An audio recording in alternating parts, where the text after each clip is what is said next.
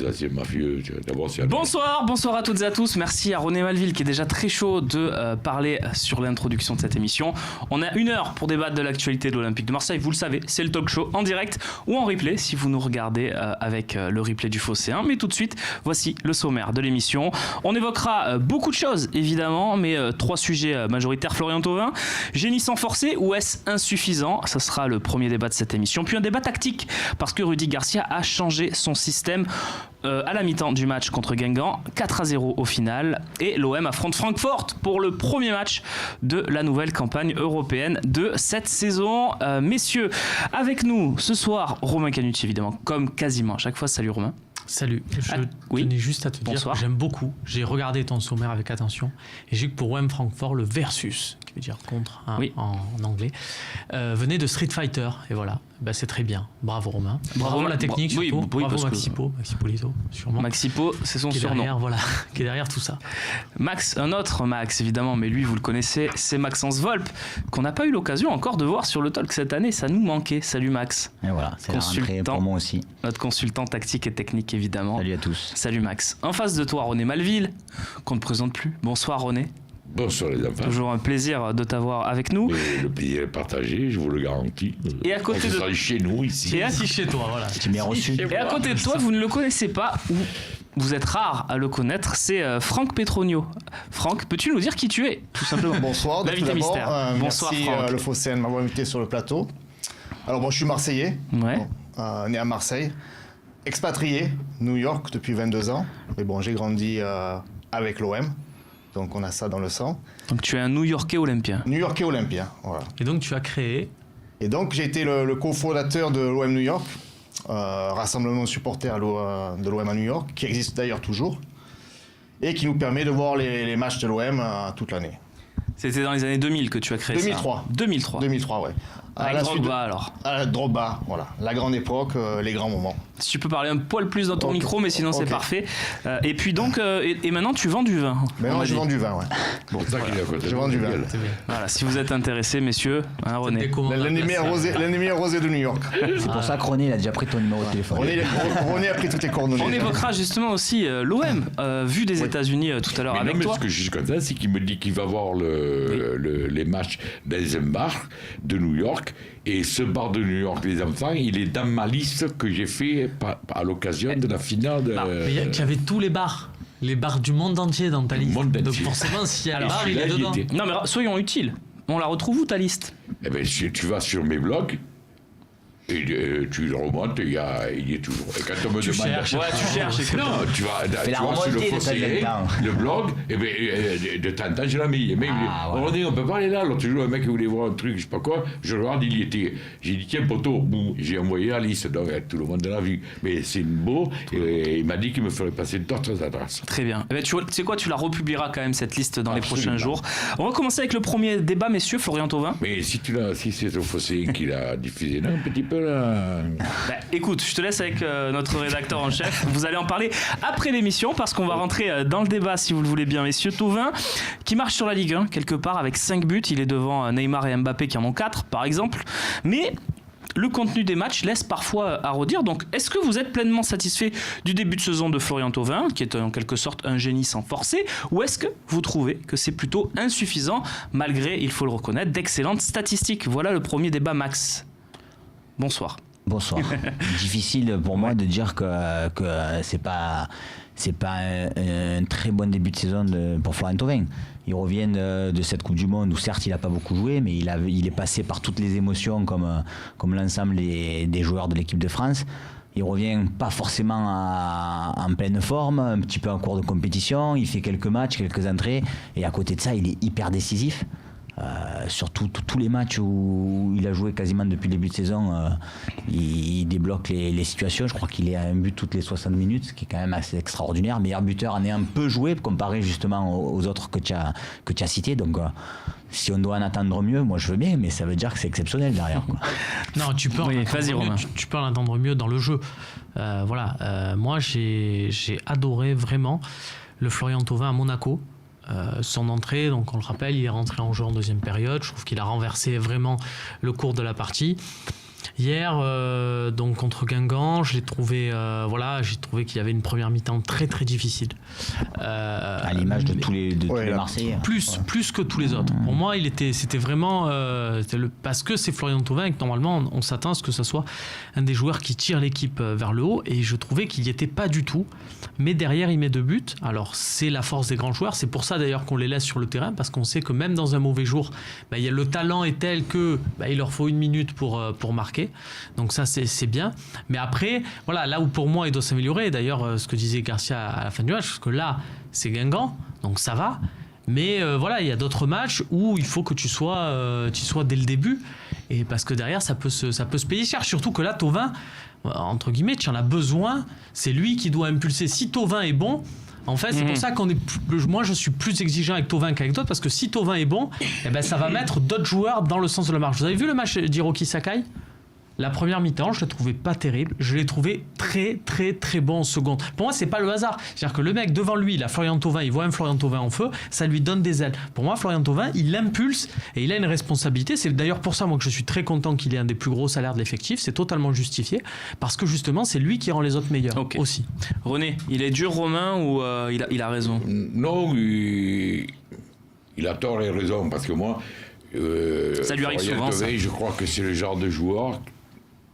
Il s'adapte peut-être un petit peu trop à l'équipe qui est en face. Je suis persuadé que dans les gros matchs, Florian Thauvin, à contrario de certains qui sont à l'Olympique de Marseille, Florian Thauvin, tu le retrouveras toujours. Et s'il continue avec les stats qu'il a en début de saison, moi, même si on se passe au niveau, l'important c'est qu'il soit au niveau le jour du match. Merci Florian. Contrairement à beaucoup, ils font des exploits et puis après, pendant 2 matchs, tu ne les vois plus. Mais on te parle toujours de l'exploit qu'il a fait. On a compris ce que tu voulais dire. Non, vous n'avez rien compris du tout. Si, on commence à te comprendre, René, avec les années. Zako, tiens, qui nous pose une question sur Twitter. Franck, c'est toi qui va y répondre. Vu ses stats en 2018, Thauvin peut-il être parmi les 30 nommés du Ballon d'Or ? Bon, si tu réponds oui ou non, c'est pas très grave, c'est juste un avis là pour le coup. Ouais, je pense, parce que je pense que c'est un joueur qui a une grosse progression, il a du gros potentiel et encore une marge de progression qui est énorme, et s'il continue à travailler, il peut être, oui. Cette saison, il peut l'être, messieurs ? Compliqué, non ? Il n'a pas joué la Coupe du Monde ? Après, franchement, on s'en fout. La liste. Non, c'est pas ça, c'est rien contre la question de Zako, mais c'est que la liste du Ballon d'Or, c'est quelque chose. Dans le même sens, quand on nous disait Payet, regardez, il est 17e et tout, c'était pas très significatif non plus. Dans ce sens-là, ça n'est pas non plus qu'il y soit ou qu'il y soit pas. Après, pour revenir sur la question, c'est vrai que sur cette première mi-temps, nous en plus avec René, on avait la chance d'être juste devant lui, c'est quand même hyper compliqué les situations de jeu qu'il a gérées, parce que on a beau dire, on a beau faire, et c'est vrai que Romain a raison d'insister sur le fait que l'équipe a bien tourné en seconde mi-temps, mais est-ce que c'est par rapport à lui, ou est-ce que c'est par rapport à, on va certainement en parler, aux entrées de Maxime Lopez, à la meilleure performance de Sanson replacée différemment, etc., qui fait qu'il y a plus de liberté pour tout le monde. Au milieu aussi. Et le fait qu'il y ait plus de liberté pour tout le monde, ça libère tout ça, parce que les ballons que Thauvin a reçus, tu as le gars au cul, tu as à chaque fois, il essaye de combiner avec Sakai, mais ils sont passés 1 ou 2 fois d'ailleurs, ils sont passés 2 fois, mais c'est vrai que je pense que quand même, la première mi-temps, c'est toute l'équipe, il n'y en a pas un qui est sorti du lot pour moi. Oui, mais je sais pas. Max... Moi j'ai vu comme ça, j'ai pas vu vraiment quelqu'un de décisif, quelqu'un qui sortait tous. Ça c'est clair. Thomas, ça a été. Ça c'est clair. Mais Max, tu as joué au foot, tu sais très bien que Franck, c'est sûrement ton cas aussi, c'est pas ce que je veux dire, attention. Mais tu sais très bien que quand tu as des joueurs, des fameux leaders dans ton équipe, des mecs, tu sais qu'ils peuvent marquer des buts. Tu le sais, sur les premiers ballons, tu sais s'ils sont dans un bon jour, pas dans un bon jour, et ça t'envoie un signal. Quand tu joues au milieu, quand tu joues derrière et que tu as ce mec-là et que tu le sens en feu, tu vas le chercher. Thauvin, je pense que c'est pas un hasard s'il a touché très peu de ballons. C'est un des joueurs, je suis allé voir les stats, qui a le moins de ballons touchés de l'équipe en première période. C'est aussi parce que d'un certain côté, les mecs se sont dit on n'arrive pas à le trouver. Après, je trouve qu'il y a aussi un problème Ocampos. À un moment donné, j'ai vu Ocampos dézonner aller dans la zone de Thauvin. j'ai envie de dire, garçon, reste à ta place. Bon, ça, c'est moi, la seule chose qui m'inquiète dans ce que tu dis, c'est que, et j'exagère évidemment mes propos, mais je me dis, est-ce qu'on va attendre maintenant de Thauvin qu'on lui donne le ballon et qu'il dribble 3 joueurs et qu'il fasse la différence à chaque fois? Non, c'est le signal. Encore une fois, c'est vrai qu'il peut apporter plus, mais moi, j'ai trouvé, il est pas beaucoup passé. Encore une fois, il y a eu 2 actions que j'ai en mémoire où avec Saka, ils ont combiné, notamment à un moment donné sur une talonnade où ça finit par un centre. C'est insuffisant, tu as raison. Mais après, bon, compliqué de faire. Chaque fois qu'il y a un match, on va pas faire peser les résultats sur les épaules de Thauvin. C'est ça, il ne faut pas lui mettre de pression non plus. Parce qu'après, il y a des joueurs majeurs comme Strootman, Gustavo, Payet. Thauvin, il peut être au niveau, s'il ne s'y trouve pas. Alors, je ne sais pas si c'est Thauvin qui va tirer Gustavo, Strootman, tester les joueurs. Quand même. Oui, comme vous êtes un peu à 3 contre 1 contre Romain, je vais le laisser conclure cette partie. Romain, qu'est-ce que tu voulais ajouter? Non, par contre, juste quelque chose, parce que j'entends beaucoup ces commentaires aussi sur le match, la mi-temps, voilà, pourquoi cette première mi-temps, finalement c'est mitigé. Non, il faut regarder un match dans son ensemble. Quand on regarde un film, on n'arrête pas, on met pas sur pause au bout d'une heure le film, et on se dit, ouais, le film il est pas terrible, Non, un match c'est dans son ensemble, c'est une gestion. Il faut pas rentrer dans ce piège-là, parce qu'après, on va être dans un truc, on a déjà des équipes qui viennent au Vélodrome en se disant on va faire le dos rond parce que plus ça va aller, plus le public va siffler et donc du coup derrière ça sera facile. Il faut considérer qu'un match c'est 90 minutes, qu'il faut être derrière l'équipe 90 minutes, il ne faut pas s'arrêter avant et que c'est une stratégie qui est très bonne. Alors effectivement il y a eu des changements de Garcia, on va y venir, mais voilà, un match, c'est un scénario du match, c'est sur 90 minutes. Si on décide, je dis pas que c'était un scénario savamment orchestré, mais tu as le droit. C'est plus de l'improvisation. Tu as le droit en première période de ne pas prendre de risques et de miser sur la deuxième période pour faire la différence. Voilà, pour pas. Donc il faut arrêter de se dire, il faut arrêter de se dire c'est une mauvaise opération. Non, c'est le match dans son entier, dans son ensemble. Voilà. Très bien, messieurs. Juste avant de passer à la deuxième partie, je vous propose Rudy Garcia qui a évoqué en très peu de secondes le match face à Lyon. Vous allez voir, il est quand même.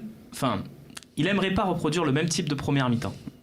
Ah bah c'est sûr, il va falloir qu'on se bouge, parce que si on va à Lyon et qu'on fait comme ça et qu'on fait la première période, on va revenir avec 0 points, ça c'est évident. Voilà, c'était pas très long, mais je trouvais que il me donne un peu raison. Non mais je suis d'accord. T'aimes bien ça. Moi je suis d'accord avec Rudy Garcia parce que là on joue Guingamp, respect pour Guingamp, mais on joue une autre équipe, on fait une première mi-temps comme ça, ça peut coûter cher. Selon Kevin Kribisch, il y avait quand même le terrible Marcus Thuram en face, donc on n'a vraiment pas battu n'importe qui. Voilà, mais attention, parce que Rudy Garcia a quand même dit que Marcus Thuram a été bon en première mi-temps. Je peux dire un truc sur Rudy Garcia. Je commence à adorer de plus en plus Garcia. L'année passée, je t'explique, il joue au Kong, il a changé sa tactique, ça a fini comme on a vu. Tu parles des grands matchs?